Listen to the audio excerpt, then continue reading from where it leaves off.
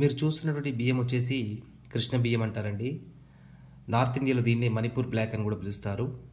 So మన తెలుగు రాష్ట్రాల్లో సుమారుగా 9 రకాల నల్ల బియ్యాలు ఇప్పటికీ పండించినప్పటికీ అత్యంత పోషక విలువలు, ఔషధ విలువలు ఉన్న బియ్యం కింద దీన్ని పరిగణిస్తున్నారు. ఇది వడ్లు వచ్చేసి చూడండి, ఇలా కొంచెం బ్లాక్ కలర్లో ఉంటుంది. చేరు మీద ఉన్నప్పుడైతే ఫుల్ బ్లాక్ కలర్లో ఉంటాయి ఇవి. సో ఎప్పుడైతే డ్రై అవుతూ ఉంటాయో అప్పుడు కొంచెం బ్లాక్ కలర్ మిస్ అవుతూ ఉంటుంది. బియ్యం వచ్చేసి ఈ విధంగా కంప్లీట్గా బ్లాక్ కలర్లో ఉంటాయి. సో ఇప్పటివరకు మన దేశవాళీ విత్తనాలు అన్నింటిలో కూడా పైలేరే బ్లాక్ ఉంటే, ఇది ఇన్సైడ్ కూడా బియ్యం విరిస్తే కూడా లోపల బ్లాక్ కలర్ ఉంటుంది. సో ఇది ఒక ప్రత్యేకమైన రకం అండి. ఇది ముఖ్యంగా పండించే రైతుకు కూడా దీనివల్ల నష్టాలు కూడా తక్కువగా ఉంటాయి. ఎందుకంటే ఇది తెగుళ్ళను తట్టుకుంటుంది, రోగాలు రాకుండా చీడపీడలు తట్టుకొని ఎదిగే గుణం దీనికి ఉంటుంది.